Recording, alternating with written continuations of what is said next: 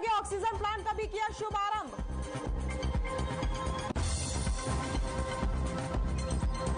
Deputy CM Dushyant Chautala ने बांटे हित लाभ पत्र। कोविड-19 राहत योजना के तहत आने वाले आश्रितों को पत्र किए गए वितरित। राहत योजना के तहत दी जाएगी सहायता। बीजेपी प्रदेश अध्यक्ष ओपी धनखड़ ने अभय सिंह चौटाला पर साधा निशाना। कहा अपने बयान से मुकर गए अभय चौटाला, अभय वचनवीर नहीं बयानवीर है। इलाहाबाद उपचुनाव में हार से कांग्रेस में हाहाकार। प्रदेश अध्यक्ष कुमारी सैलजा ने पूर्व विधायक भरत सिंह बेनीवाल को नोटिस जारी किया। 1 सप्ताह के भीतर मांगा जवाब।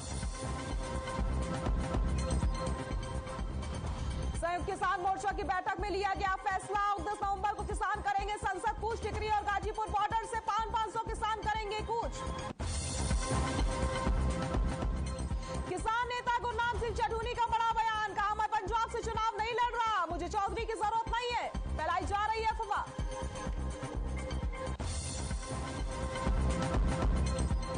और हरियाणा में 1 दिसंबर से 100% कैपेसिटी के साथ खुलेंगे स्कूल। शिक्षा मंत्री कंवरपाल गुर्जर ने दी जानकारी। कहा कोविड नियमों का पालन होना बेहद जरूरी।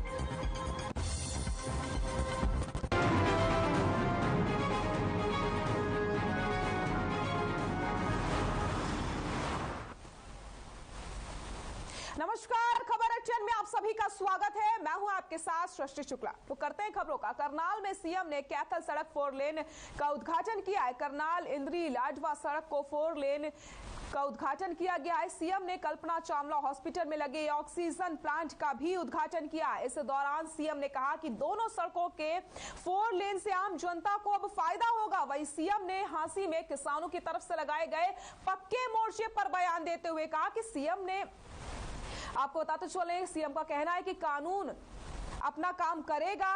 और क्या कुछ सीएम ने कहा है वो भी आपको सुना देते हैं।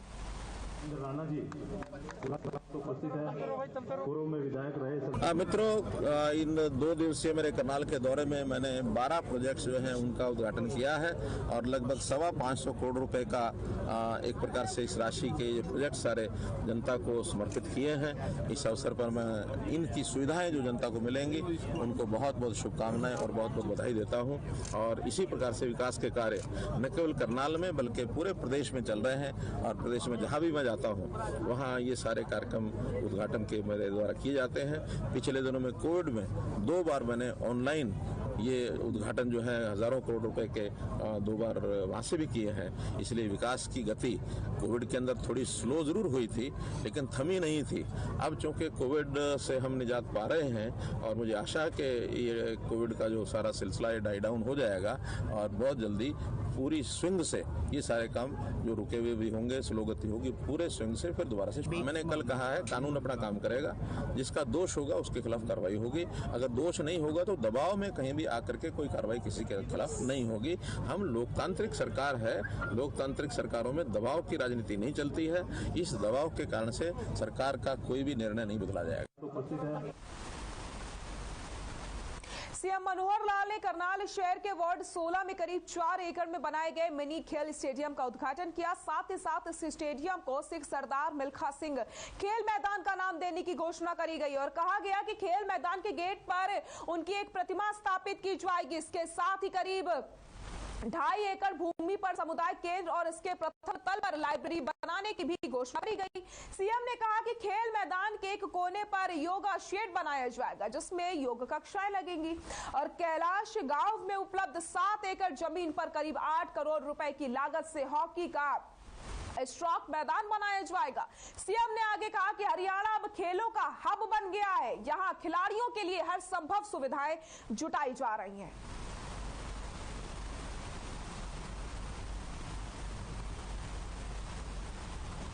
मैं आपसे पूछना चाहता हूं कि अगर इस मैदान का नाम हम मिल्खा सिंह जी के नाम से रख दें तो कैसा रहेगा? तो आज इसका विचार करते हैं कि सरदार मिल्खा सिंह खेल मैदान इस मैदान का नाम रहेगा।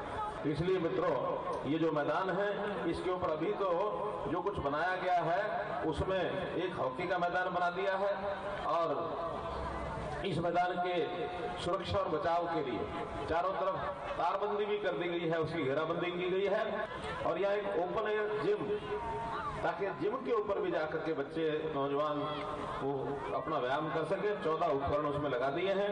एक वॉलीबॉल का कोर्ट बन गया है, बच्चों के लिए झूले और अन्य उपकरण ये भी लग गए हैं और चारदीवारी के साथ साथ मिल्खा सिंह जैसे दौड़ते थे ऐसे दौड़ का एक ट्रैक ये भी बनाया गया है।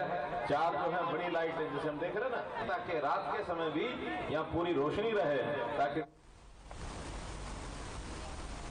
डिप्टी सीएम दुष्यंत चौटाला ने ईएसआईसी कोविड-19 राहत योजना के तहत आश्रितों को हितलाभ पत्र वितरित किए। उन्होंने जानकारी दी कि कर्मचारी राज्य बीमा निगम के दायरे में आने वाले निजी क्षेत्र के किसी भी कर्मचारी की मृत्यु अगर कोरोना से होती है तो आश्रित परिवार को कोविड-19 राहत योजना के तहत मासिक आर्थिक सहायता दी जाएगी। इस मौके पर श्रम एवं रोजगार राज्य मंत्री अनूप धानक भी मौजूद रहे।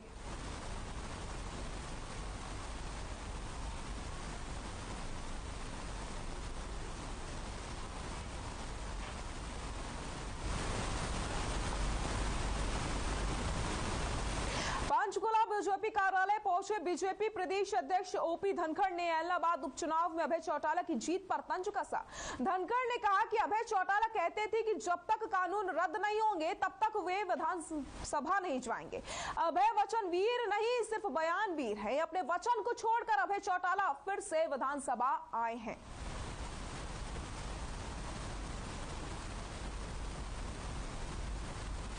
जहाँ बाकी हैं उनको जल्द से जल्द पूरा किया जाए।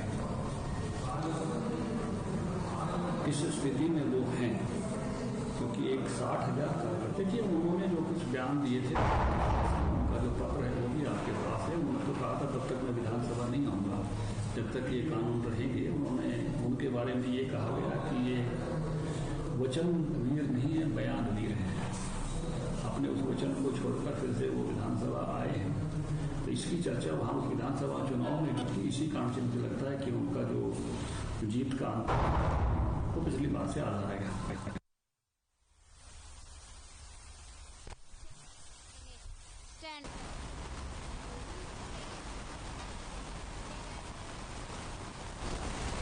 और इसी बीच आपको जुन से बड़ी खबर बता देते हैं। जुन से इस वक्त की बड़ी खबर, जुन से बड़ी खबर आपको बता रहे हैं।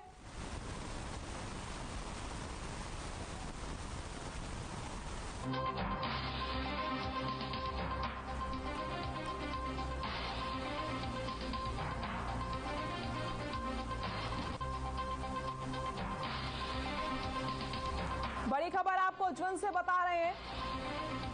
23 दिनों से धरने पर बैठे 10 लोग, भूख हड़ताल की चेतावनी दी गई है।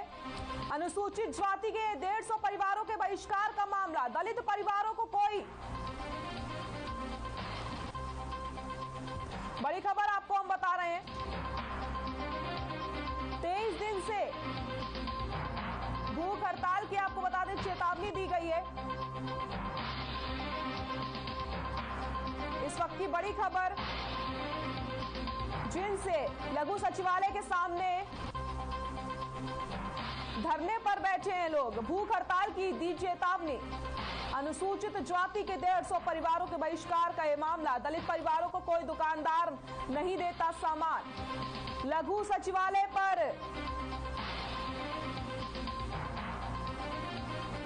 धरना दिया जा रहा है। भूख हड़ताल की दी गई चेतावनी। अनुसूचित जाति की 150 परिवारों के बहिष्कार का मामला, दलित परिवारों को नहीं दिया जाता राशन।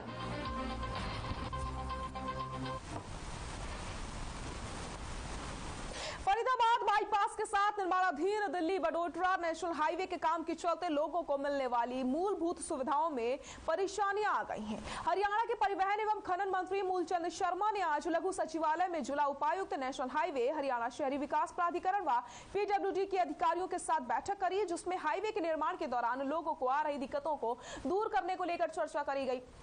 इस मौके पर परिवहन मंत्री मूलचंद शर्मा ने अधिकारियों को हाईवे निर्माण की वजह से सेक्टरों से निकलने वाली पंचर हुई सीवरेज व्यवस्था को जल्द से जल्द दुरुस्त करने के आदेश जारी किए हैं।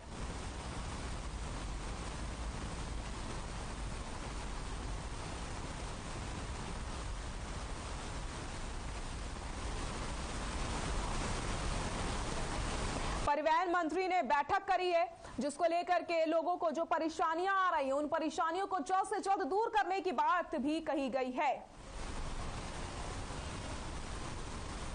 पुराना के चौखा गांव में 33 केवी का ट्रांसफार्मर लगाया जाएगा और गांव हिंगनपुर में पानी की समस्या को दूर करने के लिए गांव में पानी का चैम्बर लगाया जाएगा। ये बातें बिजली और जेल मंत्री चौधरी रणजीत सिंह चौटाला ने मंगलवार को शहीद सूबेदार नसरुद्दीन के गांव में ग्रामीणों की समस्या को सुनने के बाद कही। उन्होंने कहा कि गांव में शहीद के सम्मान के लिए एक प्रतिमा बनाई जाए, बिजली की पुरानी लटकी हुई तारों को बदलकर नई तारें लगाई जाए। और मैं ये कह रहा हूँ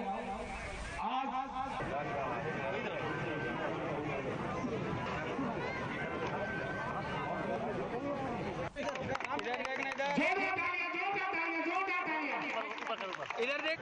हाँ ठीक है, ठीक बहुत करते हैं। उसका जो लोगों ने करा पहले से उनका मार्जिन कम हुआ है। जिस इशू पे इस्तीफा दे के गए थे कि मैं इस्तीफा दे के जा रहा हूँ, ये एक्ट होंगे तब तक वापस नहीं आऊँगा, तो विधानसभा में वापस आ गए। फर्क तो पड़ा नहीं, मार्जिन कम करके वापस आ गए। ये तो डेमोक्रेसी है, जिसको लोग जिताना चाहे जिता देते हैं, हराना चाहे हरा देते हैं। अभी हमारे पहले जब मैंने टेक ओवर करा तो हमारे 18% जो थी लाइन लॉस 18% था, आज ये 13% हो गया और ये मार्च टू मार्च साल गिना जाता है। मार्च तक हम इसे 12% पे ले आएंगे। जब 1% कम होता है तो 380 करोड़ रुपया डिपार्टमेंट। और इसी बीच आपको बड़ी खबर बता देते हैं सोनीपत से। बड़ी खबर इस वक्त की सोनीपत से।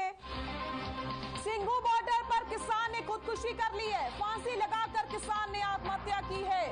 फतेहगढ़ साहिब का रहने वाला था किसान। गुरप्रीत सिंह के रूप में हुई किसान की पहचान। सोनीपत से खबर बता रहे हैं, सिंघू बॉर्डर पर एक किसान ने अपनी जीवन लीला समाप्त कर ली है। फांसी लगाकर किसान ने आत्महत्या की है। फतेहगढ़ साहिब का रहने वाला था किसान। गुरप्रीत सिंह के रूप में किसान की पहचान हुई है। सोनीपत से खबर बता रहे हैं आपको, सिंघू बॉर्डर पर एक किसान ने अपनी जीवन लीला समाप्त कर ली है। फांसी लगाकर किसान ने आत्महत्या की है। फतेहगढ़ साहिब का रहने वाला था किसान। गुरप्रीत सिंह के रूप में किसान की पहचान हुई है। बड़ी खबर सोनीपत से बता रहे हैं आपको, सिंघू बॉर्डर पर किसान ने की खुदकुशी। फांसी लगाकर किसान ने अपनी जीवन लीला समाप्त कर ली है। फतेहगढ़ साहिब का रहने वाला है मृतक किसान। सिंघू बॉर्डर पर किसान ने आत्महत्या की है। सोनीपत से खबर आपको बता रहे हैं, फांसी लगाकर किसान ने अपनी जीवन लीला समाप्त कर ली है। गुरप्रीत सिंह के रूप में किसान की पहचान हुई है।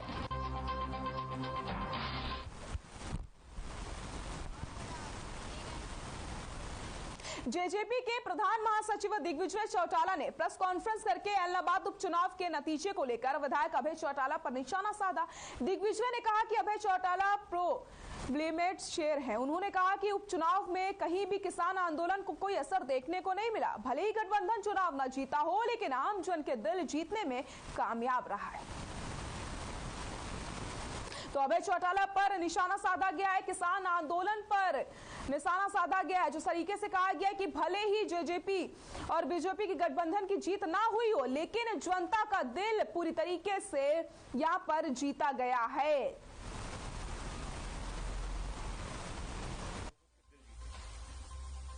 जहां इतना भय और आतंक था, लोगों में डर था, वहां लोगों ने अपने वोट की ताकत को पहचान कर थम्पिंग सपोर्ट बीजेपी गठबंधन को दिया। वो सेल्फ प्रोक्लेम्ड शेर हैं और दुष्यंत जी लोगों के प्यार से उनको वो व्याख्या मिलेंगे। बहुत बड़ा आने वाली 18 नवंबर को जिंद में कांग्रेस पूर्व मुख्यमंत्री भूपेंद्र हुड्डा की अगुवाई में विपक्ष आपके समक्ष कार्यक्रम का आयोजन करेगी। इस कार्यक्रम में नरवाना हलके के लोगों को निमंत्रण देने के लिए मंगलवार को जाट धर्मशाला में आयोजित किए गए कार्यक्रम में राज्यसभा सांसद दीपेंद्र हुड्डा पहुंचे। इसके अलावा कार्यक्रम में पूर्व केंद्रीय मंत्री जयप्रकाश, पूर्व मंत्री गीता भुक्कल भी शामिल रही।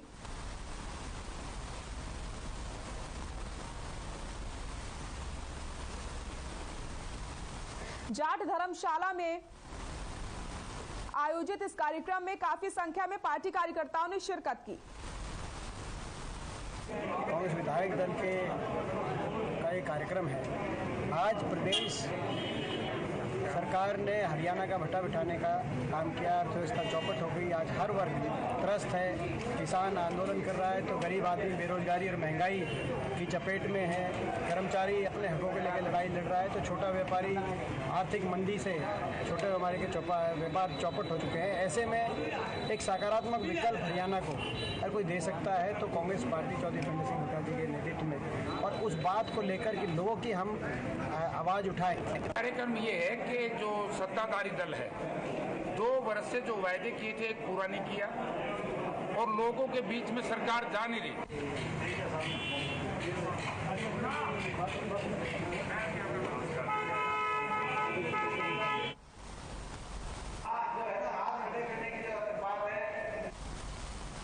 और चंडीगढ़ से आपको इस वक्त की बड़ी खबर बता देते हैं। चंडीगढ़ से इस वक्त की बड़ी खबर,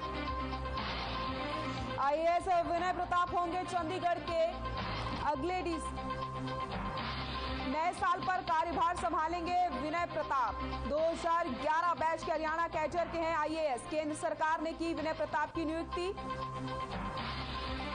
आईएएस विनय प्रताप होंगे चंडीगढ़ के अगले डीसी मनदीप बराड़ की जगह लेंगे विजय प्रताप। नए साल पर कार्यभार संभालेंगे। 2011 बैच के हरियाणा कैडर के हैं आईएएस। वर्तमान में आपको बताते चले चंडीगढ़ से बड़ी खबर, आईएएस विनय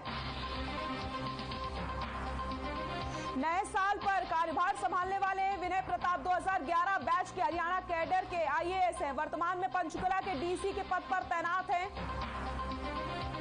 आईएएस विनय प्रताप होंगे चंडीगढ़ के अगले डीसी मनदीप बराड़ की जगह लेंगे। नए साल पर कार्यभार संभालेंगे विनय प्रताप। 2011 बैच के हरियाणा कैडर के हैं आईएएस। वर्तमान में पंचकुला में तैनात हैं। आईएएस विनय प्रताप होंगे चंडीगढ़ के अगले डीसी मनदीप बराड़ की जगह लेंगे विनय प्रताप। 2011 बैच के हरियाणा कैडर के हैं आईएएस। वर्तमान में पंचकुला के डीसी के पद पर तैनात हैं। चंडीगढ़ से खबर आपको बता रहे हैं, आईएएस विनय प्रताप जगह लेने वाले हैं। नए साल पर कार्यभार संभालेंगे विनय प्रताप। 2011 बैच के हरियाणा कैडर के आईएएस हैं। वर्तमान में पंचकुला के डीसी के पद पर तैनात हैं। चंडीगढ़ से खबर आपको बता रहे हैं, डीसी मनदीप बराड़ की जगह लेंगे विनय प्रताप। नए साल पर कार्यभार संभालेंगे विनय प्रताप। 2011 बैच के हरियाणा कैडर के आईएएस हैं विनय प्रताप। आईएएस विनय प्रताप होंगे चंडीगढ़ के नए डीसी।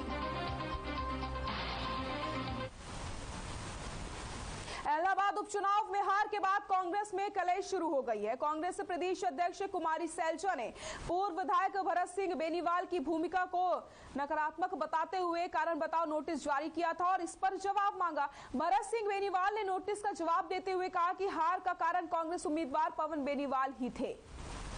मैडम ने नोटिस बेटा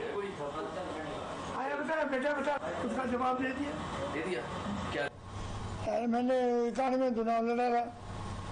91 चुनाव में 90,000 वोटों से मैंने 32,500 वोट दिए, 32,343 गए थे। तो उसमें उसके बाद मेरी टिकट काट दी थी, उसमें 16,500 या 16,000 वोट आए थे। दूसरी बार फिर उनके मेरी टिकट नहीं मिली, फिर उसमें 19,500 वोट आए थे। इतने वोट आए थे 2 गेड़ों में। उसके बाद में 2005 में मेरे को मिली थी, मेरे को 61,000 वोट आए। मैडम ने नोटिस आया बेटा उसका। यमुनानगर के बहुचर्चित रघुनाथ हत्याकांड के आरोपी काला जठेड़ी को 2 दिन के पुलिस रिमांड पर लिया गया है, जिसमें पूछताछ की जाएगी। इस हत्याकांड में और कौन कौन लोग शामिल थे, इस मामले में पहले कई आरोपियों को पुलिस ने गिरफ्तार कर चुकी है। रघुनाथ प्रजापति को उस समय गोली मारी गई थी जब वे अपने शोरूम में पहुंचे थे। एसआईटी के इंचार्ज निर्मल सिंह ने बताया कि रिमांड के दौरान आरोपी से पूछताछ की जाएगी। उन्होंने बताया कि आरोपी पर पंजाब, हरियाणा, दिल्ली, राजस्थान में हत्या और फिरौती के दर्जनों मामले दर्ज हैं।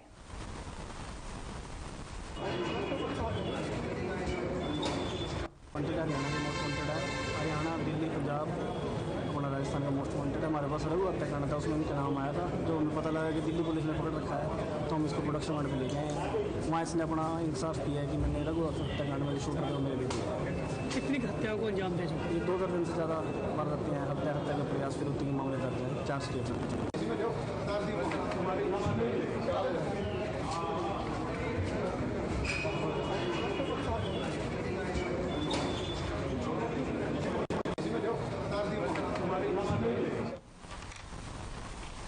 पीआर धान की खरीद नहीं होने से मंडी में किसानों का सरकार के प्रति काफी गुस्सा है। यही नहीं, मंडी के बाहर ट्रैक्टरों की लंबी लंबी कतारें लगी हैं, जिसके चलते गुस्साए किसानों ने जिला उपायुक्त कार्यालय के बाहर धान से भरी ट्रॉली सड़क पर खड़ी करके जाम कर दिया, जिसकी सूचना पर पुलिस व और आला अधिकारी मौके पर पहुंचे। वहीं रोहतक के एसडीएम राकेश सैनी ने कहा कि सरकार की ओर से कोई खरीद बंद नहीं की गई है, केवल गेट के पास जांच करने की वजह से देरी हो रही है। इधर किसानों ने चेतावनी दी है कि अगर खरीद सुचारू रूप से नहीं की गई तो कोई कड़ा कदम उठाने पर मजबूर होना पड़ेगा।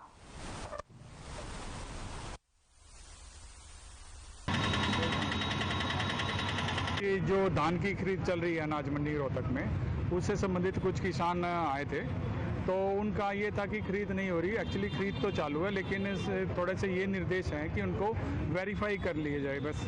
इसलिए थोड़ा सा किसानों को ये लगता है कि ये खरीद बंद है, लेकिन खरीद चालू है। जिस किसान को आ रहे हैं उनकी वेरीफाई करने के बाद हम खरीद कर रहे हैं। इसमें किसी प्रकार का कोई किसानों से भी बात हो गई है, वो भी संतुष्ट है इस चीज़ से। ये है कि 4 तारीख से इन्होंने ये कहा था कि पीआर की हमने खरीद बंद कर दी और हम 8 तारीख से शुरू करेंगे। कल गेट पास पीआर के काटे, लेकिन एक भी दाना इन्होंने शरसम का ना इसका नहीं खरीदा है धान का। कुल किसान परेशान है। 1 हफ्ते से मंडी में बैठे अपने धान ने ले।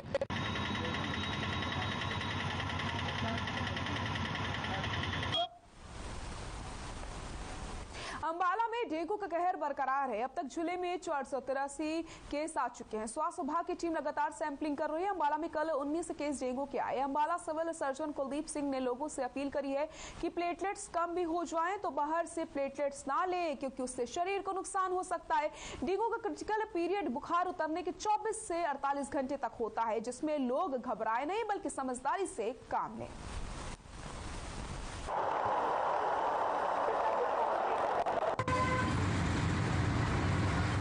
अंबाला में कल तक 483 केस डेंगू के पॉजिटिव केस आ चुके हैं और लगातार हमने सैंपलिंग बढ़ा रखी है। जो NH1 एंटीजन की सैंपलिंग है अंबाला के मोलिकुलर लैब में हो रही है और विद इन 24 आवर हम रिजल्ट दे रहे हैं।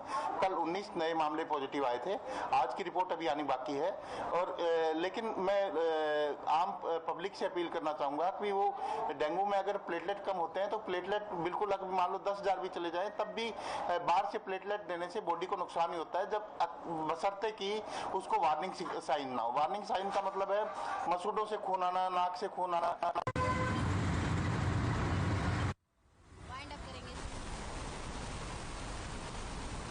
खबर 10 में मेरे साथ फिलहाल के लिए इतना ही। नमस्कार।